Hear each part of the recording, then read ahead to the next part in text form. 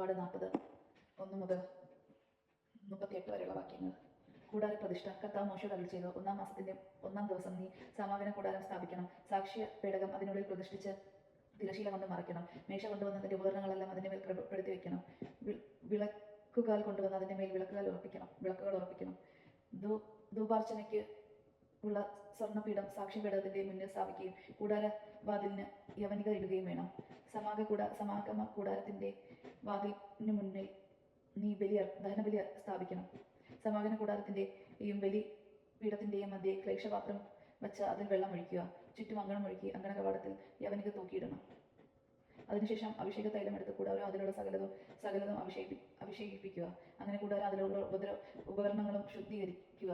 അവ വിശുദ്ധമാകും. ദഹനബലിയും ബലിപീഠവും അതിലെ ഉപകരണങ്ങളും അഭിഷേകിച്ച് ശുദ്ധീകരിക്കുക. ബലിപീഠം വിശുദ്ധമാകും. ക്ലേശനാപാത്രം അതിന്റെ പീഠവും അഭിഷേകിച്ച് ശുദ്ധീകരിക്കണം.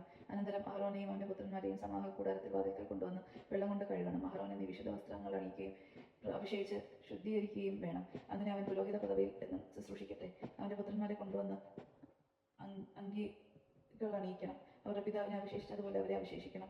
പുരോഹിതൻ എന്ന നിലയിൽ അവർ തനിക്ക് ശുശ്രൂഷ ചെയ്യട്ടെ.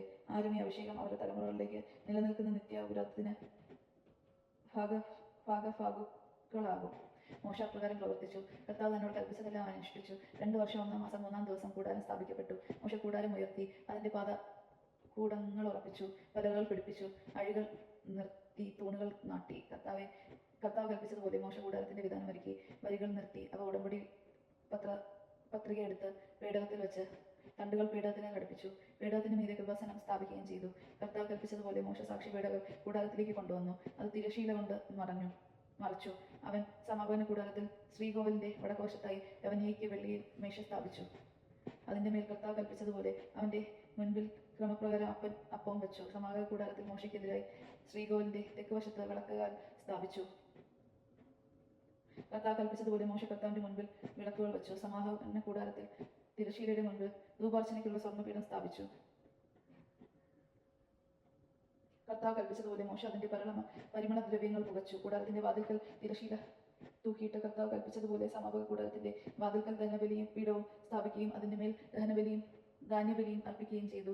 സമാഗമന കൂടാരത്തിന്റെയും ബലിപീഠത്തിന്റെയും മധ്യേ ക്ലേശന പാത്രം വെച്ച് അതിൽ ക്ലേശത്തിനുള്ള വെള്ളം ഒഴിച്ച് ഈ വെള്ളം കൊണ്ട് മോശയും അഹരോന്റെ പുത്രന്മാരും കൈകാലുകൾ കഴുകി. കർത്താവ് മോശയോട് കൽപ്പിച്ചതുപോലെ അവൻ സമാഗമന കൂടാരത്തിൽ പ്രവേശിക്കുമ്പോഴും ബലിപീഠത്തെ സമീപിക്കുമ്പോഴും ക്ലേശകർമ്മം അനുഷ്ഠിച്ചു പോന്നു. അവൻ കൂടാരത്തിനും ബലിപീഠത്തിനും ചുറ്റും അങ്കണം ഉണ്ടാക്കി. അങ്കണം അതിൽ യവനികയിട്ട് അങ്ങനെ മോശ ജോലി ചെയ്തു തീർത്തു. കർത്താവിന്റെ സാന്നിധ്യം. അപ്പോൾ ഒരു മേഘം സമാഗമന കൂടാരത്തെ ആവരണം ചെയ്ത് കർത്താവിന്റെ മഹത്വം കൂടാരത്തിൽ നിറഞ്ഞു നിന്നു. മോശയ്ക്ക് സമാഗമന കൂടാരത്തിൽ പ്രവേശിക്കാൻ കഴിഞ്ഞില്ല, കാരണം മേഘം അതിനെ ആവരണം ചെയ്തിരുന്നു. കർത്താവിന്റെ മഹത്വം കൂടാരത്തിൽ നിറഞ്ഞു നിന്നിരുന്നു. മേഘം കൂടാരത്തിൽ നിന്ന് ഉയരുമ്പോഴാണ് ഇസ്രായേൽ ജനം യാത്ര പുറപ്പെട്ടിരുന്നത്. മേഘം ഉയർന്നില്ലെങ്കിൽ അന്ന് അത് ഉയരുന്ന ദിവസം വരെ അവർ പുറപ്പെട്ടിരുന്നില്ല. കർത്താവിന്റെ മേഘം പകൽ സമയത്ത് കൂടാരത്തിന് മുകളിൽ നിലകൊണ്ടിരുന്നു. രാത്രി സമയത്ത് മേഘത്തിന്റെ അഗ്നി ജ്വലിച്ചിരുന്നു. ഇസ്രായേൽ ജനം യാത്രയുടെ ഓരോ ഘട്ടത്തിലും ഇത് ദർശിച്ചു. ദൈവജനമാണ് നാം കേട്ടത്. നമുക്ക് ദൈവത്തെ സ്തുതിക്കാം. ക്രിസ്തുവിനെ സ്തുതി.